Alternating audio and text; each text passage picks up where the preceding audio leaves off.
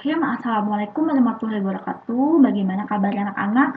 Semoga selalu diberi kesehatan. Amin. Pada hari ini saya akan menjelaskan materi mengenai ekologi. Jadi, apa sih itu ekologi? Ekologi atau oikos atau rumah, dan logos itu yang berarti ilmu gitu. Ilmu yang mendiskusikan tentang sesuatu yang dinyatakan pertama kali oleh Ernest Haskell, yaitu jadi di mana ekonomi, oikos atau sama dengan rumah, dan nomos itu pengelolaan. Jadi ekologi itu ilmu yang mempelajari hubungan timbal balik antara organisme dan lingkungan. Nah, jadi ilmu yang dipelajari ini sangat kompleks, jadi melibatkan berbagai komponen lingkungan yang saling berinteraksi dan tidak sesederhana yang dibayangkan gitu. Ternyata interaksinya itu sangat cukup kompleks dan rumit gitu. Apa sih kenapa sih harus melakukan interaksi gitu? Dengan adanya interaksi antara komponen lingkungan, maka akan untuk menciptakan keseimbangan gitu. Jadi dengan adanya keseimbangan harus ada namanya interaksi. Nah, jadi menurut Odum tahun 1993, ekologi adalah suatu studi tentang struktur dan fungsi ekosistem atau alam dan manusia sebagai bagiannya. Jadi manusia itu sebenarnya bagian dari ekologi. Nah, sedangkan struktur ekosistem itu apa sih? Kalau struktur ekosistem itu yaitu keadaan dari sistem ekologi pada waktu dan tempat tertentu yang berhubungan dengan keanekaragaman spesies, termasuk densitas, kelimpahan, keseragaman, kekayaan jenis, dominansi, biomasa, diversitas, penyebaran materi atau unsur hara, energi, faktor fisik, dan kimia. Nah, jadi ada sih yang sering mengkaitkan ekologi dengan ilmu lingkungan gitu. Jadi kalau misalnya si ekologi ini dia tuh ilmu murninya, dia teori konsep dan kaidah hubungan timbal balik antara organisme dan lingkungan. Sedangkan ilmu lingkungan itu atau ilmu terapan itu yaitu penerapan teorinya, konsep dan kaidah ekologi dalam pengelolaan lingkungan. Jadi ekologi itu teorinya, ilmu lingkungan itu penerapannya. Nah, ini ada pembagian ekologi. Jadi pembagian ekologi itu berdasarkan keilmuan itu ada sinekologi dan autekologi. Kalau sinekologi itu kelompok organisme terhadap lingkungannya. Sedangkan autekologi itu individu terhadap lingkungannya. Jadi kalau sinekologi itu kelompok, autekologi itu individu. Nah, berdasarkan taksonominya itu ada ekologi manusia, ekologi tumbuhan, ekologi hewan, dan ekologi mikroba. Sedangkan berdasarkan keperluan praktisnya ada ekologi air tawar, air laut, dan ekologi daratan. Nah, ada juga yang membedakan antara ilmu lingkungan dan ekologi. Jadi kalau ekologi tadi jelaskan ya lingkungan yang masih murni, sedangkan ilmu lingkungan itu lingkungan yang dikelola oleh manusia. Nah, ini ada spektrum biologi. Jadi ada pengertian dan ruang lingkup si biologi ini. Jadi di dalam ekologi dan lingkungan itu ada namanya komponen abiotik dan komponen biotik gitu. Nah, komponen biotik ini contohnya kayak gen, sel, jaringan, organ, organisme, populasi sampai komunitas. Sedangkan abiotik, jadi kalau biotik itu yang hidup. Sedangkan abiotik itu nggak hidup. Jadi komponen abiotik itu berupa energi, materi kayak seperti air, tanah, cahaya, udara gitu. Nah, dengan adanya komponen biotik dan abiotik, ketika mereka saling berinteraksi, maka akan menghasilkan yang namanya biosistem. Nah, biosistem ini akan membentuk yang namanya sistem gen, sistem sel, sistem jaringan, sistem organ, sistem organisme, populasi, dan komunitas atau ekosistem. Nah, kalau misalnya sistem organisme, populasi, dan ekosistem dijadikan satu, maka terbentuklah ekologi. Nih, apa yang mau kita bahas dari ekologi? Jadi ada ekosistem dengan berbagai komponen penyusunnya dan tingkatan-tingkatan organisasi makhluk hidup. Nah, sebelumnya, jadi sebenarnya tuh apa sih hubungan ekosistem dengan ekologi atau ekologi dengan ekosistem? Jadi sudah saya jelaskan kalau misalnya ekologi itu dia ini ilmu yang mempelajari hubungan timbal balik antara makhluk hidup dengan lingkungannya. Sedangkan si ekosistem ini hubungan timbal balik antara makhluk hidup dengan lingkungannya. Jadi, kalau misalnya ekologi itu ilmu yang mempelajarinya, nah sedangkan ekosistem itu hubungannya. Jadi kalau ekologi ilmu yang mempelajari hubungan timbal balik, maka ekosistem itu hubungan timbal balik itu sendiri gitu. Nah, ternyata si ekosistem ini ternyata punya nama, bukan cuma ekosistem doang, jadi banyak banget namanya. Contohnya dia disebut juga dengan biokoenosis. Istilah lainnya ada mikroskom, holozoen, terus biosistem, dan bionerd. Nah, ini banyak banget istilah lain dari ekosistem. Jadi sebenarnya apa sih cara penting terbentuknya ekosistem gitu. Nah, yang pertama dia butuh sumber energi, contohnya matahari gitu. Terus terdapat organisme yang memanfaatkan energi matahari untuk membentuk molekul organik gitu. Terus materi organik harus tersedia di bagi seluruh organisme dalam ekosistem. Jadi dalam ekosistem itu harus ada materi organiknya.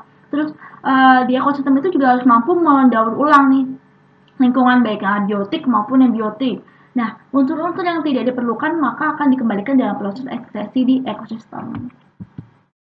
Terus ada macam-macam ekosistem tadi saya sebutkan, ada ekosistem daratan dan ekosistem perairan. Kalau daratan itu seperti padang rumput, hutan, padang pasir, terus ada savana, hutan lahan kering, gunung, kebun, ladang dan lain sebagainya. Sedangkan ekosistem perairan ada dua, ada air tawar dan air laut, yaitu ada lentik dan lotik yang sudah kita bahas pada materi keanekaragaman hayati, dan juga kalau air laut itu ada laut dalam, contohnya ada terumbu karangnya, ada estuari, lamun, mangrove, pantai pasir atau pantai batu. Nah, selanjutnya ada komponen ekosistem. Nah, kalau secara komponen itu ada dua, ada secara struktural dan secara fungsional. Kalau secara struktural itu ada abiotik, yaitu yang ada anorganik, organik, dan unsur-unsur seperti C, N, CO2, H2O itu, atau karbohidrat. Nah, kalau yang biotiknya itu tumbuhan, binatang, mikroorganisme, dan manusia.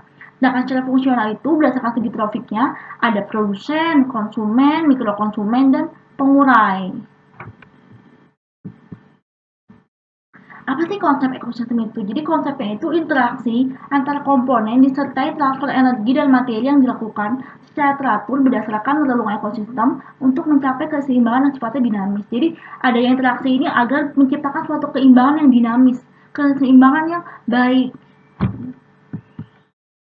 Nah, secara operasional yaitu ekosistem ini pertama untuk fiksasi energi, pembentukan bahan organik atau fotosintesis, produsen kemudian dimakan oleh konsumen, degradasi, humifikasi, mineralisasi digunakan kembali oleh produsen. Nah, kalau secara fungsional dapat dianalisis dari segi pertama ada aliran energi, perkembangan, evolusi dan sibernetika, rantai makanan dan pola keanekaragaman menurut ruang dan waktu. Nah, itu ada aliran energi dan materi. Jadi energi itu kan suatu bahan yang menyebabkan organisme mempunyai kemampuan untuk melakukan kerja. Jadi energi itu nggak bisa diciptakan dan energi itu nggak bisa dibuat. Contohnya energi matahari kan manusia itu tumbuhan dan hewan membutuhkan energi matahari.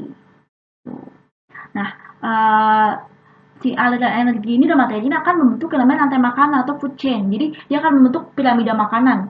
Nah, di piramida makanan ini ada namanya tingkatan trofik gitu. Jadi ada tingkatan yang paling uh, rendah itu trofik itu sebagai produsen dia yang menciptakan makanan ini, kemudian ada tingkat trofik 2 konsumen tingkat 1, tingkat trofik 3 konsumen tingkat 2, dan tingkat trofik 4 yang paling tinggi itu konsumen tingkat 3. Jadi produsen yang menghasilkan makanannya, kemudian ada herbivora, ada karnivora, dan juga ada yang omnivora.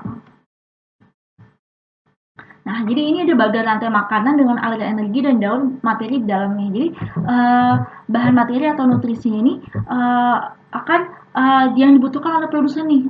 Dan selain itu produsen juga membutuhkan cahaya matahari untuk membuat makanan. Kemudian nanti produsen akan dimakan nih oleh konsumen, konsumen yang herbivora yang pemakan tumbuh-tumbuhan. Nah, si konsumen tingkat 1 atau herbivora ini akan dimakan oleh konsumen tingkat 2, si karnivora ini.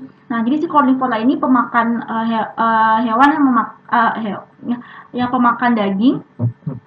Nah, kemudian akan dimakan oleh omnivora, oleh yang pemakan segalanya gitu. Nah, ketika mereka semua mati, produsen mati, konsumen tingkat 1 mati, tingkat 2 mati, tingkat 3 mati, maka akan ada namanya pengurai, perombak atau dekomposer. Jadi semuanya akan diuraikan lagi ke dalam ke tanah dan akan dijadikan bahan atau materi atau nutrisi.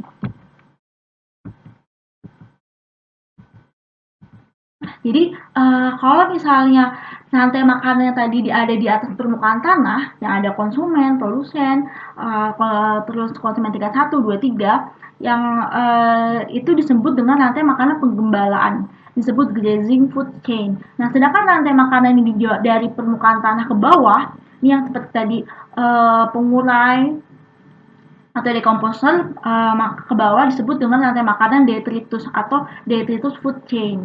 Nah, di sini ada hubungan antara rantai makanan dan jaring-jaring makanan.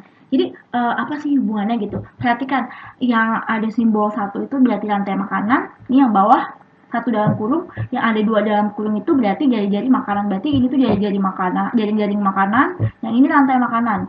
P itu simbol produsen, H itu herbivora, K itu karnivora. Lihat, produsen pada rantai makanan, di sini ada produsen, ada herbivora, karnivora tingkat 1, dan ada juga konsumen tingkat 2. Nah, di sini jalannya lurus aja nih. Dari produsen dimakan herbivora, dimakan konsumen tingkat 1, tingkat 2 tuh lurus saja jalannya. Tapi di jaring-jaring makanan, ternyata si herbivora ini bisa dimakan si produsen ini bisa dimakan sama herbivora yang ini, yang satu, yang kedua, ataupun yang ketiga. Nih, dan produsen yang kedua juga bisa dimakan oleh herbivora yang pertama, kedua, atau ketiga. Nah, herbivora juga bisa dimakan oleh konsumen tingkat 1 yang mana nih? 1, 2, atau 3. Konsumen tingkat 1 juga bisa dimakan oleh konsumen tingkat 2, ya 1 yang mana, tingkat 2 yang mana nih? Ada yang pertama, yang kedua, yang ketiga. Jadi, bedanya kalau misalnya dijanji makanan ternyata produsen ini bisa dimakan oleh siapa aja. Tapi kalau di rantai makanan hanya ada satu rantai saja, satu rantai garis satu garis lurus. Tapi kalau jaring-jaring makanan karena bentuknya kayak jaring, jadi itu banyak seperti itu. Nah, selanjutnya ada yang namanya piramida ekologi. Jadi ada 3, ada piramida energi, piramida jumlah, dan piramida biomasa. Jadi kalau misalnya si piramida energi ini, apa sih piramida energi? Jadi piramida energi itu piramida yang memberikan gambaran tentang perpindahan energi makanan yang melintasi semua taraf trofi. Itu kalau untuk piramida energi. Nah, sedangkan piramida jumlah ini untuk menggambarkan hubungan kepadatan dan populasi di suatu jenis di antara taraf trofi. Gitu. Sedangkan piramida biomasa, kalau piramida biomasa itu untuk ukuran berat materi hidup di waktu tertentu. Jadi kayak misalnya dengan cara mengukur berat rata-rata organisme di tiap tingkat, kemudian baru jumlah organisme di tiap tingkat diperkirakan. Selanjutnya ada habitat atau niche atau niche ya. Jadi kalau habitat ini tuh tempat di mana organisme ini hidup dengan persyaratan tertentu. Sedangkan niche atau relung yaitu status yang fungsional atau profesi makhluk hidup dalam habitatnya. Jadi kalau habitat itu tempat tinggalnya, relung ini status fungsional itu apa gitu. Jadi dua jenis makhluk hidup pada suatu habitat yang sama dan mempunyai relung yang sama, maka akan terjadi persaingan. Nah, selanjutnya ada hukum interaksi. Jadi hukum interaksi ini ada netralisme. Netralisme itu antara kambing dan kucing, di mana kambing ini memakan rumput, sedangkan kucing itu kan karnivora, dia pemakan daging. Jadi netral. Nah, ada kompetisi kambing dan kerbau, karena kambing dan kerbau ini sama-sama memakan rumput. Jadi dia harus berlomba nih. Nah, sedangkan predasi ada harimau dan hewan kecil. Harimaunya akan memangsa hewan-hewan kecil gitu. Nah, jadi hewan kecil ini harus bisa survive gitu. Ada juga simbiosis atau hubungan timbal balik. Jadi si mutualisme ini kalau yang mutualisme itu yang menguntungkan, contohnya kayak lebah dan bunga. Lebah mendapatkan madu dari bunga dan bunganya ini dibantu penyerbukannya oleh lebah. Nah, kalau komensalisme, anggrek dan tumbuhan, di mana tanaman anggrek ini menumpang pada inangnya pada tumbuhan yang tinggi untuk mendapatkan cahaya, tapi si anggrek ini juga nggak merugikan gitu. Jadi dia nggak merugikan inangnya, dan inangnya pun juga nggak dirugikan oleh si anggrek ini. Tuh. Nah, kalau parasitisme itu dia merugikan, jadi si benalu dan inangnya. Jadi si benalu ini akan menggerogoti inangnya. Nah, selanjutnya ada antibiosa atau amensalisme, yaitu di mana jamur penicillium dengan mikroorganisme lainnya. Nah, selanjutnya ada dinamika ekosistem. Jadi, dinamika ekosistem ini ada macam-macam nih. Ada homeostatis, yaitu kemampuan ekosistem untuk menahan berbagai perubahan dalam sistem secara keseluruhan. Ada daya lenting, kemungkinan ekosistem pulih kembali ke keseimbangan semula setelah mengalami gangguan. Ada daya dukung atau besar kecilnya kemampuan untuk menampung dan memberikan hasil kepada populasi manusia. Ada juga suksesi, yaitu perubahan lingkungan secara lambat atau bisa dikatakan sebagai evolusi lingkungan. Nah, suksesi ini ada dua, ada suksesi primer dan suksesi sekunder.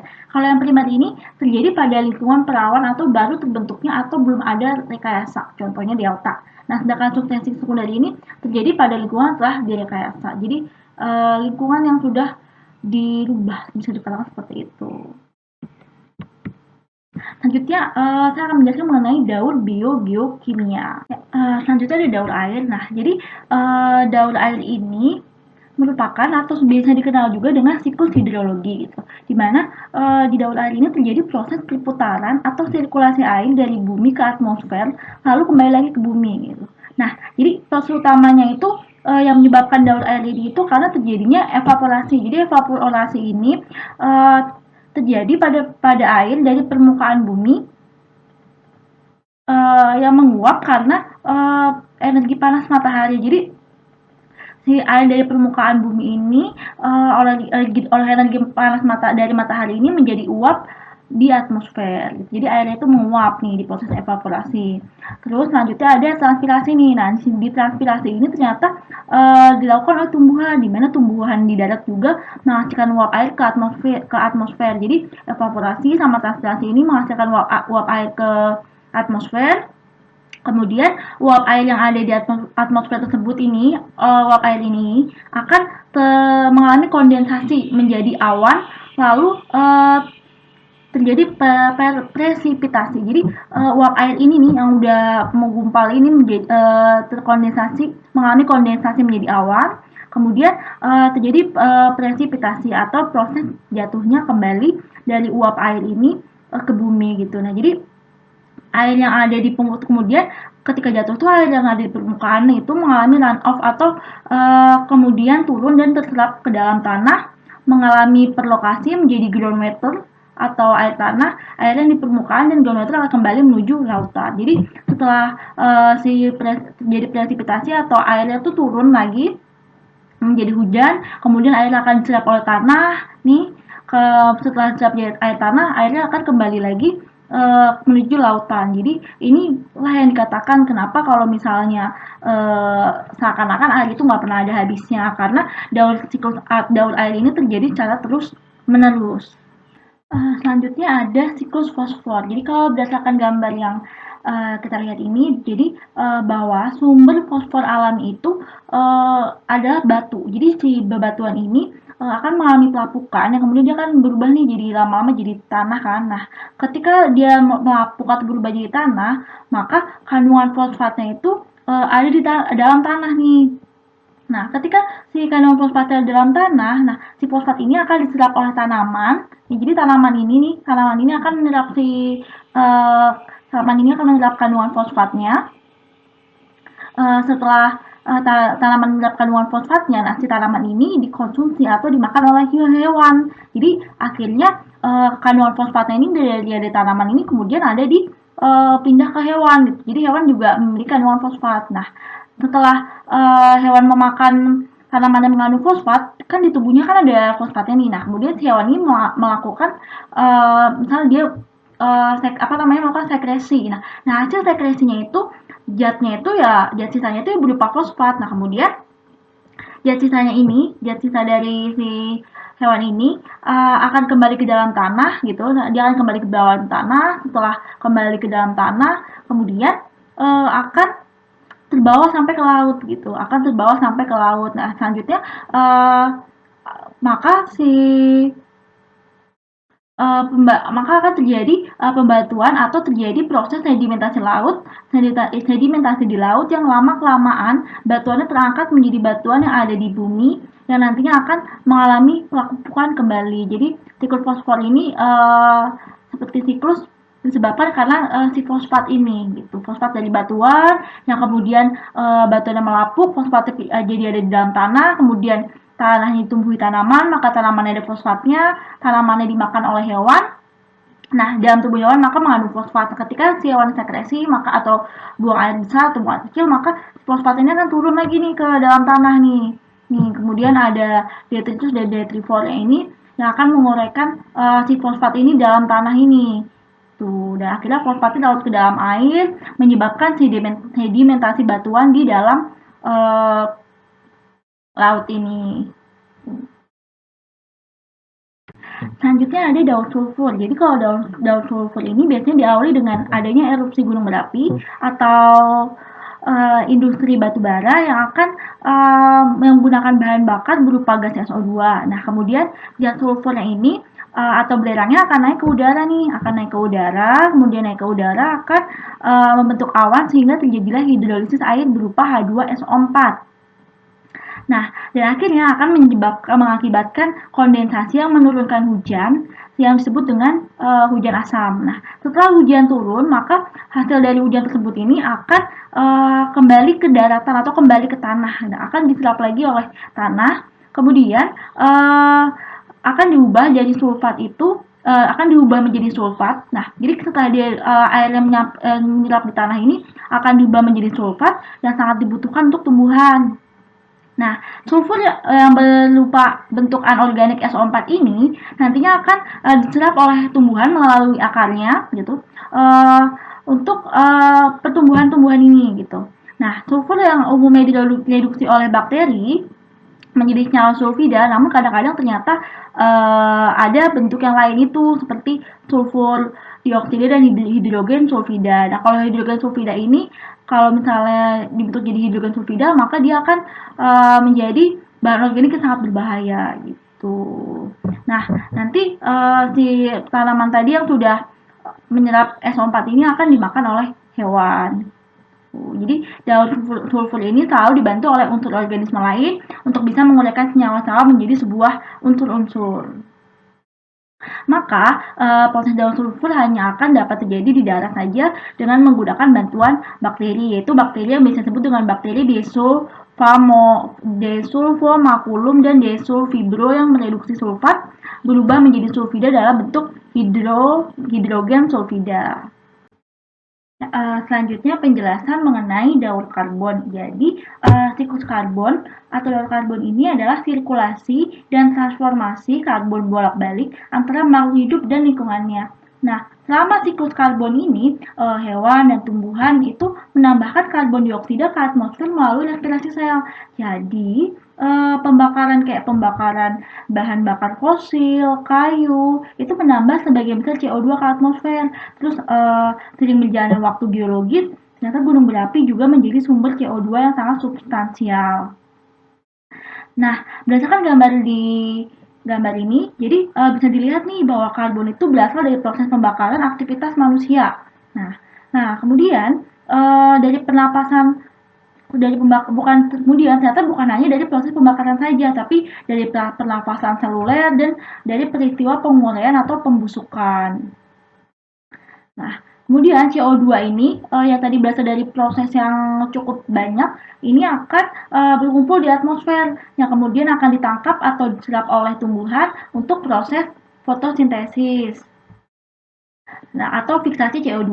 Nah, hasil dari proses fotosintesis ini yakni glukosa, di mana glukosa ini dimanfaatkan atau dikonsumsi oleh manusia ataupun hewan gitu. Jadi si CO2 yang berasal dari gunung berapi, industri naik ke atmosfer, kemudian di CO2-nya nanti akan digunakan lagi oleh tumbuhan untuk fotosintesis. Nah, lalu nanti si tumbuhan ini akan mengeluarkan oksigen. Nah, oksigennya ini yang akan dihirup oleh manusia dan hewan. Selanjutnya ada daun nitrogen. Jadi daun nitrogen ini merupakan pergerakan nitrogen dari atmosfer ke bumi dan kembali lagi ke atmosfer yang terjadi secara terus-menerus membentuk sirkulasi. Nah, di alam nitrogen terdapat dalam bentuk senyawa organik seperti urea, protein, asam nukleat, atau sebagai senyawa organik anorganik seperti amonia, nitrit, dan nitrat.